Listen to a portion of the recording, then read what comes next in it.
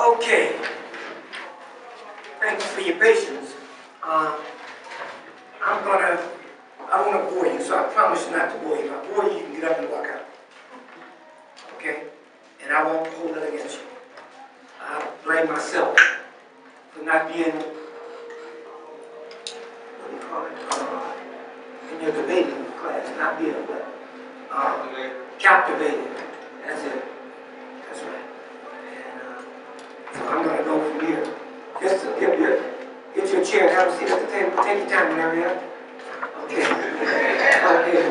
Right there. I wouldn't tell anybody that. I know her.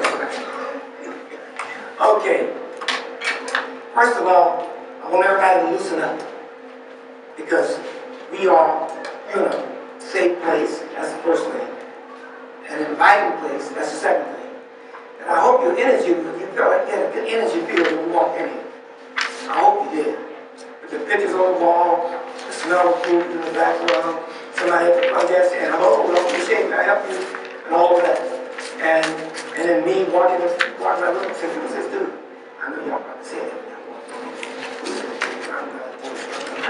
My name is Dwight Parker, and I'm Executive Director of S.H.A.P.E Center. And I've been here 49 years. June 1st, 1969. That's the beginning of S.H.A.P.E. My son is that same age, but you take the 9 and turn it upside down. And how old is my son? Come on now, take the thing. Say it again. You did good. No wonder you graduated from TSU the other day. Yeah. I've been here 49 years, and you take that 9 and turn it upside down, you get 26. That's all my son is. He lives in Australia. He's a filmmaker. That's his responsibility, that's his role. And he's married and have a whole lot of no children. But anyway, I've been here from the beginning. I incorporated S.H.A.P.E Center. I went to Austin in 1969, incorporated S.H.A.P.E. Just a grassroots community center, not officially chartered. But that's not to suggest that we were not. But then in 71, officially we became incorporated, a 501c3 tax-exempt organization.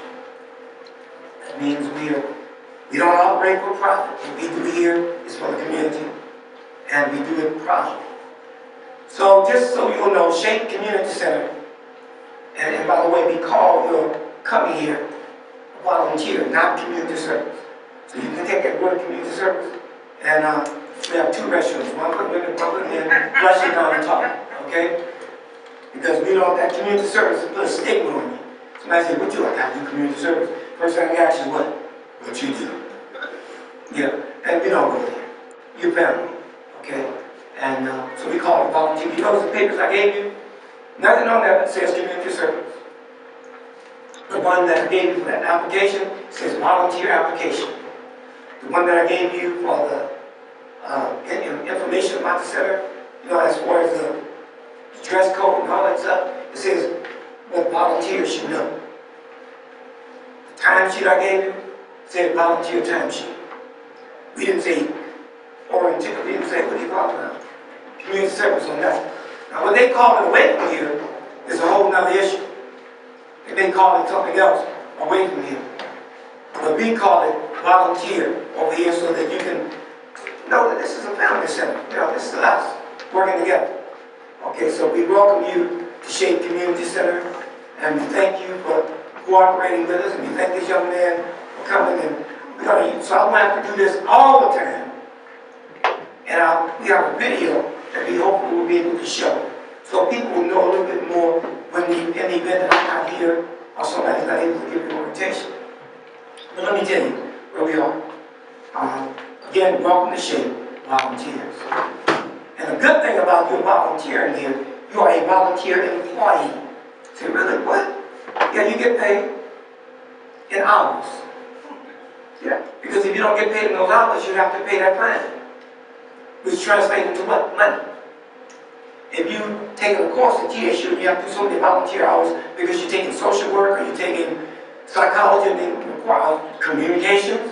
They require you to do so many volunteer hours to get your grade, and you don't do them, you You flunk the course, you have to take the course again. That's translated to hours. They don't give you those courses free. You have to pay that tuition. Same thing with Section 8 housing. If you got TANF, and you're doing it because you want food stamps, if you don't do your volunteer orientation, a volunteer, you don't get that TANF anymore. And you lose that money. If you're employed, I look at unemployment compensation, and you apply for unemployment, and they require you to do job search 1 week and volunteer hours the next week. If you don't do that, you don't get your unemployment. So for whatever reason you're doing it, some of you just doing it because you want to feel good about what you do with your life. And yeah, there's some people in here that are volunteering just because they want to. This man volunteered in the past. He kept volunteering, and he graduated from college. And after he graduated, before he graduated, he was elected to our board of directors at S.H.A.P.E Community Center. So he's my boss. Well, theoretically, he's my boss. He's on our board. You know, board of directors is incorporated. It's the board of the organization. See, I'm with the S.H.A.P.E Center. You won't be lying because you were working at S.H.A.P.E Center once you go through this orientation. And some of us need another reference. We kind of messed up on that last one. So you might need a good reference. So here, when you volunteer, whether it's 10 hours, 12 hours, 20 hours, 50 hours, 100, when you leave here, you say, Brother Floyd, I'm applying for this job over here. I'm going to school, I'm applying for this fraternity or sorority over here, and they require that I do so many hours. I'll fill out a sheet, validating and verifying that you did X amount of hours. So you get double benefits of volunteering. You have to pay that traffic ticket because you can do the hours that they actually doing that traffic. So you're a double winner over here. And we thank you. 92%, 94% of our staff are volunteers. That's right. The lady at the front desk, her name is Phyllis Washington. Her name is Phyllis Huntsberry Washington. She went to teach, she graduated from Jack Yates. She finished with TSU in engineering. She worked at a company for a long time, did fine. She had to have a leg amputated. She had diabetes. And guess what? She's volunteering 6 days a week at that front desk. That's right, Phyllis Washington.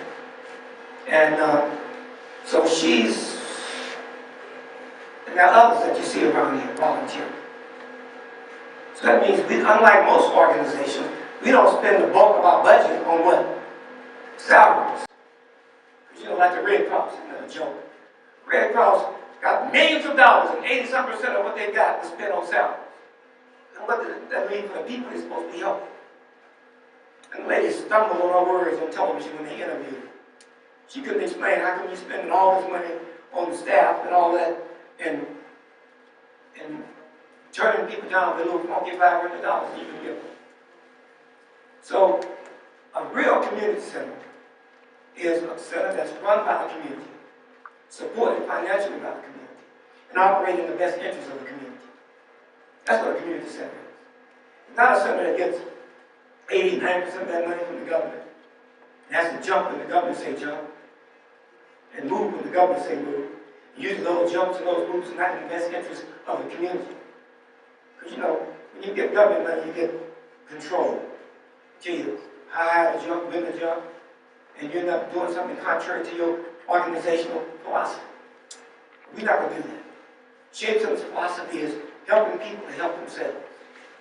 Our focus is based on 7 principles.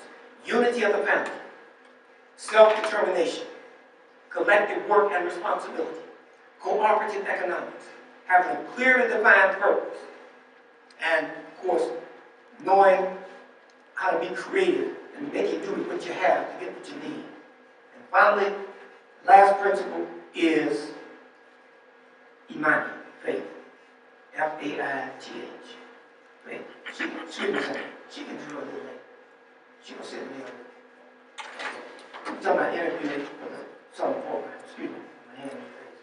So, hey, Michael, there's a couple of people, those people in there, and she'll be finished in a few seconds. Thank you.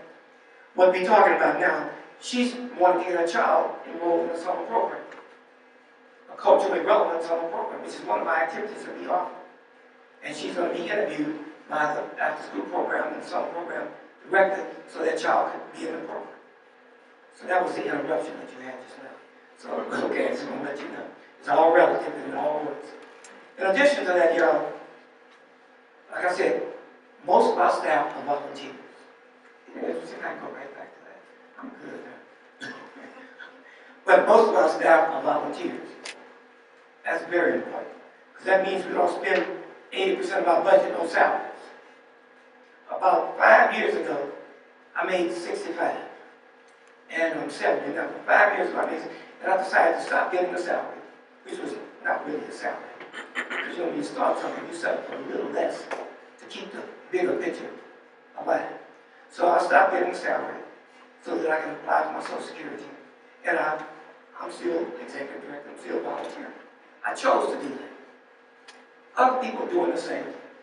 They volunteer.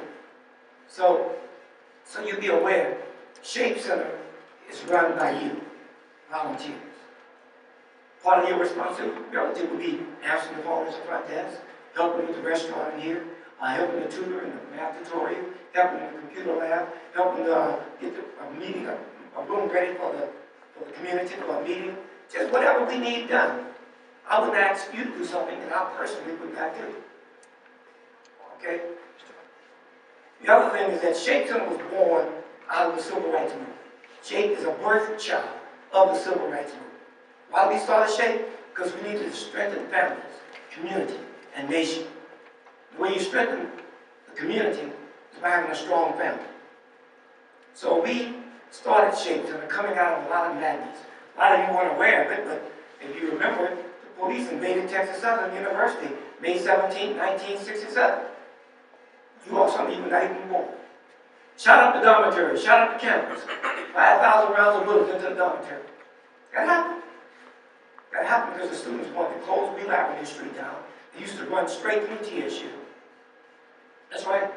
Why did the students want to close it down? Because they had to leave the campus, the dormitory, to go to class, and they couldn't even get across the street. So the hell with this, we need to close it down. The city wouldn't close it. The highway department wouldn't close it. So the students said, we believe in self-determination, we're going to close it ourselves. So they put a garbage can in the middle of Wheel Avenue, set it on fire. Not to hurt nobody, just to obstruct the traffic. And they closed it down for a brief period anyway. But that didn't stop the police from coming on campus. And they moved in there, double file from Till Webster and Wheeler all the way to past what used to be Robinson Stadium. Invaded that campus, shot it up, ended up shooting one of their officers with a ricochet bullet from that gun. That's right. Did over $1 million worth of damage on the dormitories looking for a gun. They found one, but it was a gun that had never been shot. So that didn't give justification. A colonial people from another country, like Europe. That same thing happens in America. Neo-colonialism happens in America. Where country school might look black, but it's run by somebody that don't look, who's not black. In their interest. Same thing happened in Africa. But people were running that country, but they took it over, they ran the country, it was a colonial country. Then they let somebody look like the black people in that country run the country in the interest of the colonial power. That's neo-colonialism. You have domestic colonialism. That was happening at TSU, I believe. Because the students wanted to set up a W.B. Du Bois Club. And the government, the administration didn't want it. See, W.B. Du Bois was a communist. You're studying and reading about W.B. Du Bois right now. He was a revolutionary, he was a black man who was about righteous stuff. But they didn't want it to happen on that campus. But the students rebelled. Bottom line, those students were arrested. 5 activists on campus were arrested for murder of a police officer. They went to prison, went to jail in Victoria, Texas. They had a change of venue for the trial in Victoria. We packed the buses and went over there and said, we're not going to let them convict those students. So what did they do? We packed the courtroom. Because you know the Ku Klux Klan like to operate in silence or with hoods. So they sent it to Victoria, Texas, so it would be out of the appearance and out of the view of the people in Houston. Because the only people in Houston probably would have packed that courtroom. But guess what? The people in Houston packed that courtroom in Victoria. And they still were scared. And people walking around Victoria saying, oh, these black kids over here, they go disrupt our city. Well, that was an intent, to intimidate them so they wouldn't come up with a guilty verdict. And we packed that courtroom, had a rabbit on the outside, and guess what? They came up with a hung jury. They wouldn't free them, but they definitely wouldn't convict them. And the students, they ended up dropping the charges, and the 5 activist students went back to TSU. One of them became one of the most powerful attorneys in the country. His name is Charles Freeman.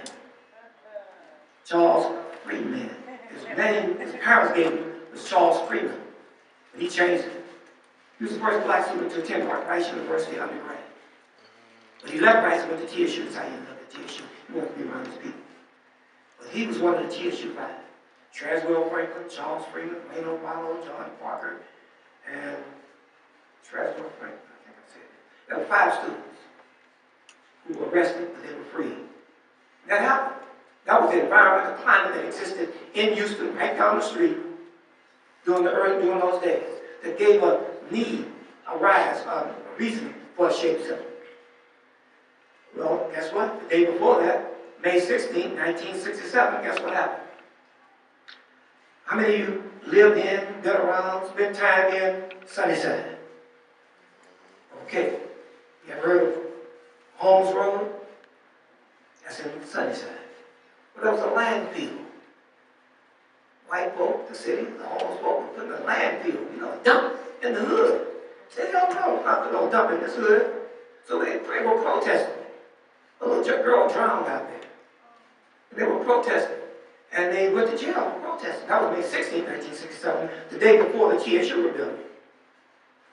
And they went to jail, got arrested for whatever they charged them with. But guess what? Is there a landfill on Home Road down there? No. Is Wheeler Avenue open? No. The bottom line, that was a victory. The street was closed down. The dump was closed down. The students stood up. But the environment is what I'm talking about. Just the gall to put a dump in the hood. The gall to let Wheeler Beach Street stay open when students can't cross the street going to class. But that was a victory. That was a climate that existed during the time of S.H.A.P.E Centers. That was pre-S.H.A.P.E Center. So we figured a lot of other stuff was happening, y'all. Jose Campos Torres' body was found in Buffalo by a white folk. The police department handcuffed him, a Vietnam vet, and threw his body in the Buffalo Bayou. Handcuffed. A Latino brother, Jose Campos Torres. And that happened in Houston. You know it. And that happened. And we protested against that.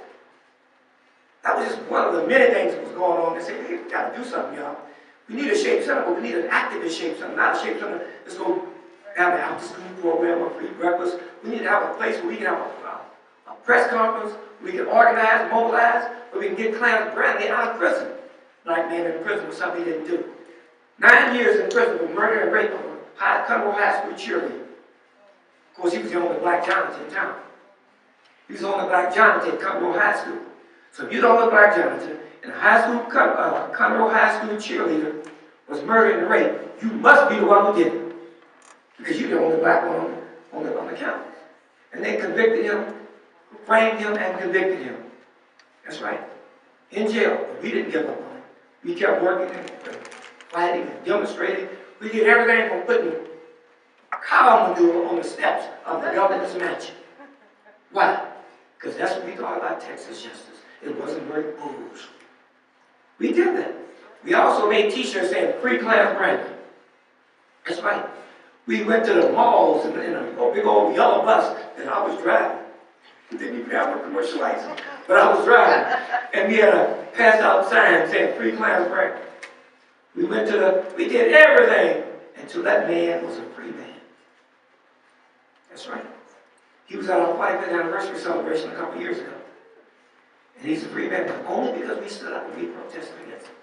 All that was part and parcel of the climate that existed then, and the climate that we were opposing to change those conditions. Give you an example.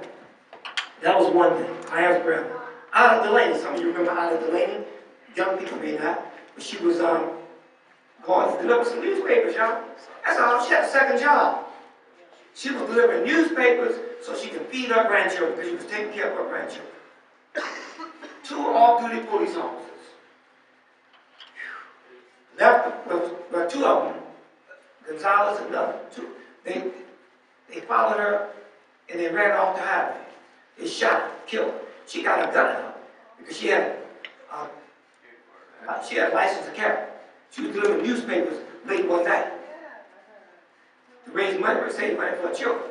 But those two officers, they forced her off the highway. They started shooting at her. She shot back. She shot one in the leg. They killed her. And guess what?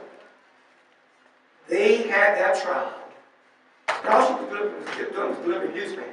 They had that trial in Dallas, Texas. We got buses from Houston and left S.H.A.P.E and went to Dallas, Texas and packed the courtroom. Why? Because the judge we knew was not going to convict him. You know who the judge was? He's a congressman now. Ted Poe.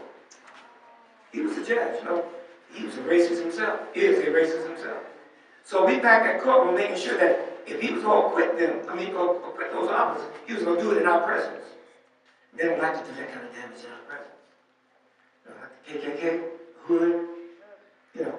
So we went and they were convicted. But a conviction to them was a spank on the hands. They didn't do no time in jail. See, when a police officer beats you up, it's called assault on a public servant. It's a felony. When you beat a police officer up, when a police officer beats you up, it's official oppression. When they beat you up, when you beat them up, it's a felony. So they go to jail, you go to jail, but they get a spank on the hand. They never did any time. Well, killing them. Never did it. They won't be police officers anymore. But, hey, they never did any time. But we raised hell, at least we got them convicted. I'm giving you the climate, y'all. Why? To show you why. So what's important about a strong family? Why do you need a strong family? Because to me, if Clarence Brandon not having support, not only is beneficial, you will help somebody with his own family not have. So what his family was, they even sold some land they had in Conroe to get Dick DeGarrett, the attorney, to be the lead attorney. They did that. And after all that protesting, going to court, and getting an evidentiary hearing, we were able to get him free after 9 years.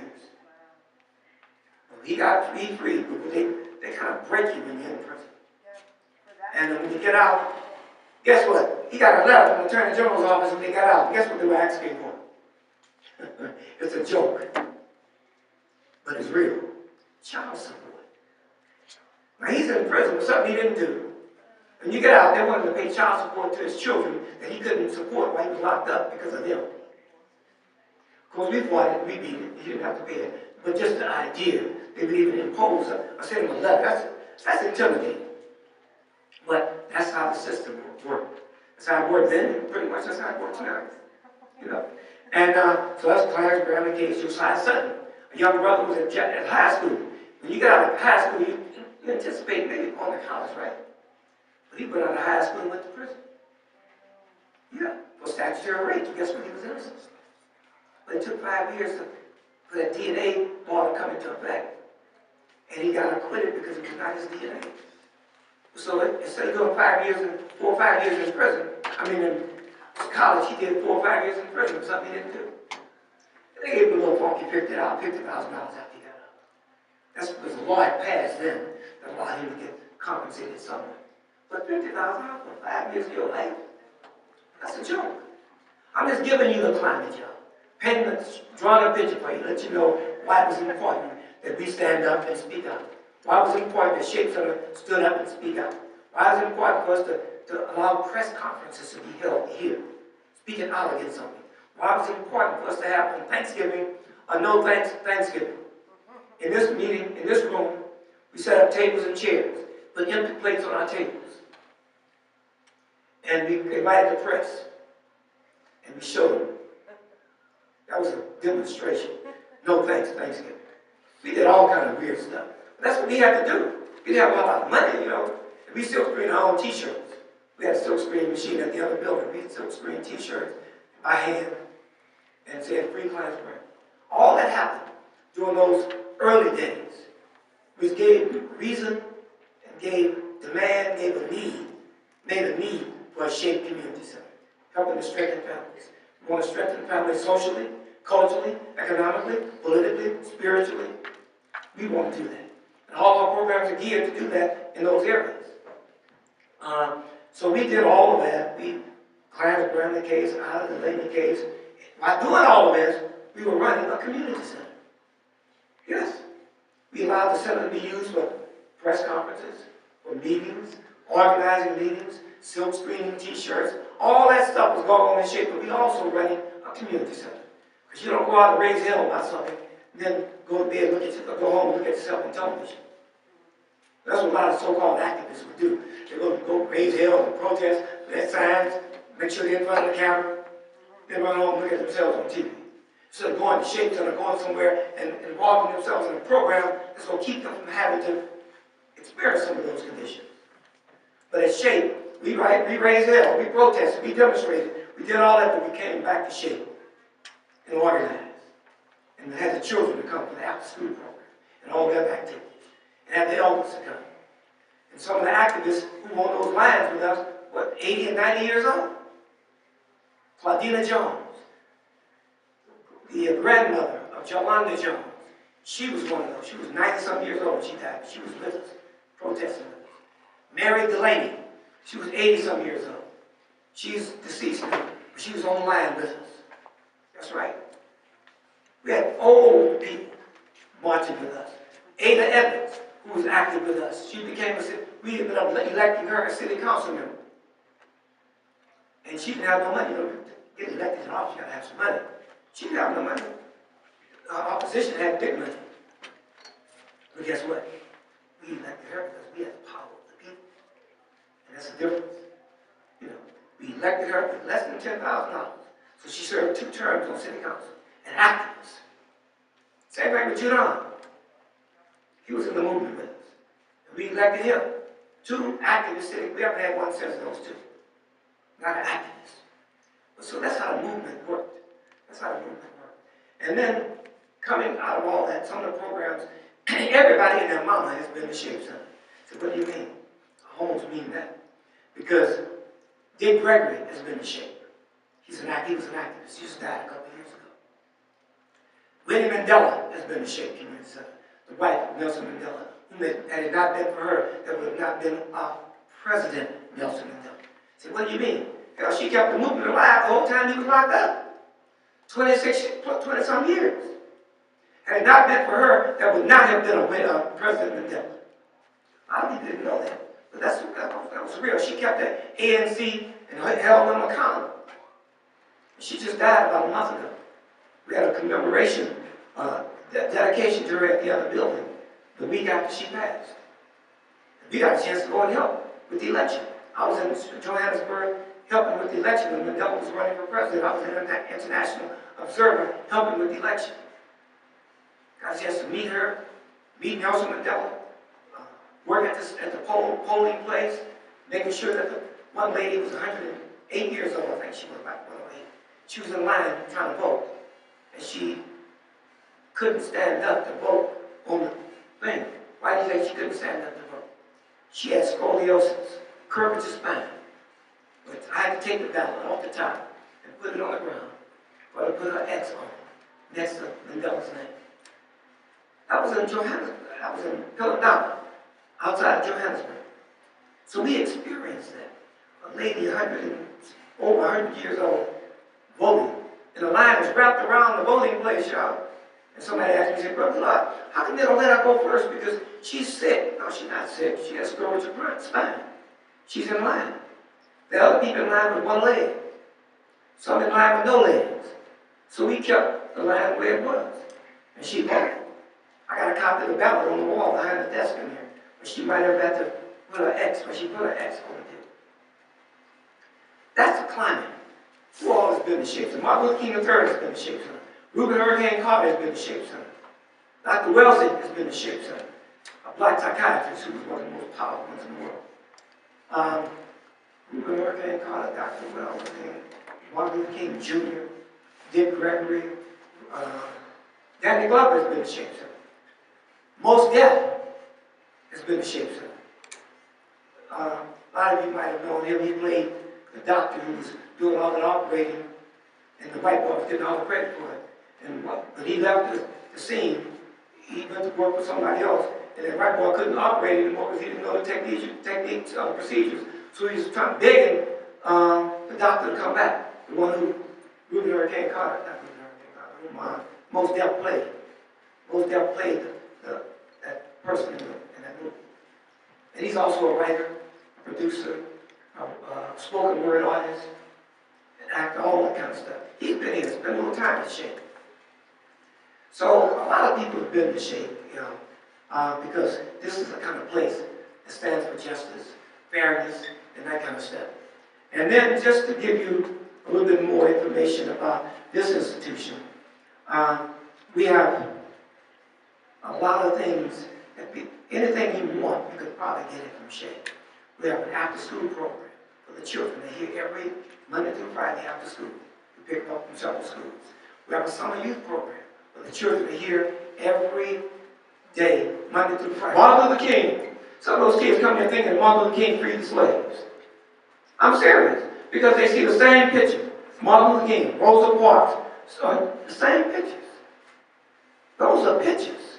That's not a story. Tell us what gave rise to a king, what gave rise to a Rosa. And Rosa was not the only one that refused to give up her seat. That was a little girl, 14, 15 years old, who refused to give up her seat. But she didn't have the reputation that Rosa Parks had. So it wasn't good publicity for the movement to get her out there. So she went to jail, they got her out, because she was pregnant. But Rosa was an upstanding citizen, a member of the Freedom's Council and all that kind of stuff. And they thought she would give more, and they did. But you can't ignore the fact that that little girl was the one who first decided not to give up her seat on the bus. So we teach that as a story. Right? So, we teach the Black History at S.H.A.P.E Center. We also take the children on a freedom tour, retracing the Civil Rights Movement. During spring break, we had about 35 children. We drove throughout the South, Alabama, Mississippi, Georgia, retracing the Civil Rights Movement. And they learned a lot. They gave them a journal, we looked at videos on the bus, and we went to those locations. We even marched across the Edmund Pettus Bridge where Bloody Sunday took place. How many saw the movie Selma? We marched across that same bridge from Brown's Chapel to downtown Selma across the Edmund Pettus Bridge. And the children had their sign singing, "Ain't gonna let nobody turn me around. Keep on moving, keep on marching, marching down Freedom Road." So they were walking in the footsteps of King and others who marched across that bridge. We do that every year. We did it during spring break this year. Normally we do it during the summer. We also have the after-school program, the summer youth program. We have yoga classes. We have yoga classes and other things that's going on at the center. We have a freedom tour. We have the legal assistance going on in there now. Somebody to meet with an attorney. They can meet with an attorney and give you legal advice. We have math tutorial going on right there and there. We have people. We have another group called Table Talk. After I finish here, they're going to come in here and set up a program for women, helping them to get their lives together. Then we have another group called Cocaine Anonymous. They're going to meet in a room in the back. Brothers and sisters who are on drugs need some help. That goes on in another room in there. Then we have the food cooperative. The food co-op where you can pay. We're not going to give you no fish. We're going to teach you how to fish. Okay? And that's one of the problems. Everybody's giving fish. Everybody's giving you fish, but nobody's teaching you how to fish. When you give somebody fish, they eat until that fish is gone, but they're out there looking for some more fish. We have a food cooperative. You pay $35 and get about $65 worth of produce, fresh. But you have to engage in cooperative economics. That's where you pay the money, you put the money together. Collective working responsibility. That means you have to unload, bag, weight, and separate. And you distribute the food. So for that $35, you get about $65 worth of food. Because you were involved in the cooperative economics, you put your money together, you increase your purchasing power, and you unload it, and you have to bag it and weigh it. So you do the work, that's collective working responsibility. And you distribute it equally. We've been doing that for over 40-some years. It's called Neighborhood Food Co-op. It's not a food bank, we're just giving you food. That's what food banks do. They just give you food. When they run out, you're in trouble. Because you know how to create food. But a co-op is where you help people to get more food for their money. Teaching them how to fish. Conception. So we have that every first Saturday. We have a lot of other stuff that goes on here, y'all. We have how could I miss that? Y'all wouldn't be here if not been for the Elders Institute of Wisdom. Every Tuesday and Thursday, an elder, first let's define what an elder is. An old wise person. So like, you mean see this senior citizen? No, an old wise person. To be a senior citizen, all you have to do is be old. To be an elder, you have to be old and wise. You got me? Because I know a lot of old fools. But a senior citizen doesn't qualify in and of itself to be an elder. You have to be old and in it, prospecting in it, for many years. Then we have others, Dr. Romania Washington, the first black chiropractor in the state of Texas. We have others that come here. They share, they don't just hoard their wisdom and knowledge and understanding, they share it with the children. I even have a coloring book that has Dr. Jones' story in it. Her story is on the left, and on the right, you tell your story. And I got so those in there. So that's the Elders Institute of Wisdom every Tuesday and Thursday from 11 until 1:30. They meet here. And if you have a grandmother, grandfather, mother, father, who's an elder, who's an older person, who needs motivation, inspiration, who needs to join in this kind of experience, it doesn't cost anything. Just bring them over. If they stay close, you can really pick them up. Okay? So they've lived longer, y'all. You can't live long when you're sitting at home, all the stuff that you know, keeping it to yourself. You give them additional life. You expose them and give them an opportunity to share what they know with the children. So that's every Tuesday and Thursday. We also have the Elders Institute of Wisdom, I mentioned. We have the volunteer orientation we've got going on now. We have brochure.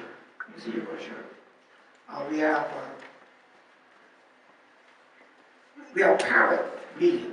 Any child that comes to S.H.A.P.E during the summer, at least twice a month, the parents have to come to a 1 hour, 6 to 7 parent meeting. It's helping you live a curriculum, helping you to learn more about the things that you're challenged with by being a parent, things that you need to know. You know, we do that. And if a parent can't come to that meeting, that's trouble. If you can give you, how many hours? 2 weeks being with your child. You can't give us 2 hours about your child. And this is not the program for you. And if you can't come, the husband, the wife, the grandmother, whomever it is helping you raise your child, because you don't raise your child by yourself. Even if you have an illusion that you do. You know, because nobody raises a child by themselves. Either good, in a good way or a bad way. Somebody helps you. You know, to raise a child by yourself, that means the child is with you 24/7. And no child is with you 24/7 unless they're in the womb. So we encourage you with a parent meeting every other Wednesday. And we have, let's see what else we have. I mentioned this freedom tour. Called Kwanzaa, cultural event. Every year we celebrate Kwanzaa. Kwanzaa is a celebration of culture, community, and family. No, it's not a black Christmas, y'all. Kwanzaa is a cultural celebration, celebrating family, community, and culture. We've been doing it for over 48 years. That's right. This past year we had it at the gym at the Emancipation Park. A huge turnout, over 1,000 people showed up. We'll be moving around. We have it here, we have it at S.H.A.P.E on Alameda, we have it at the Shrine, we have it at the Multi-Service Center, we have it all over the center. Each day we have it in Galveston. Each day we have Kwanzaa at a different location. What is Kwanzaa? I told you, celebration of culture, community, and family. But we also, you come in, you have music, poetry, dance, you have vendors set up, you have food, and you light a candle. Like the candles you see up there, there's 7 candles, and that's a canary. You light the first candle, the black candle, first. And then you move from left to right until all 7 candles are lit. Each day, you light a candle. At the end, the last candle is lit. And all 7 candles are lit. But the candles represent those 7 principles I was telling you about. Unity of the family, self-determination, collective work responsibility, cooperative economics, purpose, creativity, and F-A-I-T-H, faith. If you notice, all the rooms are named after the quantum principles. You have one, the Imani room over here, the Moja room, the Ujima room, the Kuchichagulia room. They named after the 7 principles. And then we have, say for example, computer classes. Let me stop. The computer room is open during the day for people who want to come in, take tests, volunteer. They want to, might want to take a driving test, safety test or something. I want to get that license. Those computers are set up for that. We'll do your resume, do an application for a job. That's what they set up during the school year. During the summer, we let you use it after the children leave. When the children are out. So it's for the community. You help yourself. Pan-African, this is coming up on the 26th, next Saturday. What's the date, 19th? Next Saturday, we have our Pan-African Cultural Festival. Pan means A-L-L, it means all. So it's an all-African Cultural Festival on the park. We'll have a stage set up. We'll have vendors outside. We'll have entertainment, music, drama, all that going on outside. Gospel, jazz, reggae. We'll have all that going on outside the center. And we do it, it's going to be from 10:30 until about 7:30 that night. And that's our 39th annual Pan-African Cultural Festival. And it's free on our park. What's the name of the park? Our Park. That's the name of the park, right next to S.H.A.P.E. We designed it and we named it. We named it so we can relate to it and associate it with it as it being ours. Where you going? I'm going to our park. So drop that paper on our park. We designed that park, we named it, and we do our best to take care of it, in spite of the parasitical nature that it takes, character that it takes sometimes. Meaning, there's some people who've got some issues, and they'll use the park for the wrong thing. And we work on that every day. So I put 6 cameras out there. The cameras out there, so when the children go out there, we clear the park off. If anything unsafe or anything that's supposed to be out there, we clear it off. And we respect, they'll move when I say move. Because I've been here longer than that. And they'll move, and the kids will go and they'll play in the park, in the swing, handball court, the gazebo, handball court, whatever. So that's our park. That's what Pan-African Cultural Festival is going to be. And we're going to block my whole street out here. So any of you who want to volunteer doing the Pan-African Culture Festival, we encourage you to come and join us and volunteer. Get credit for that. Yes.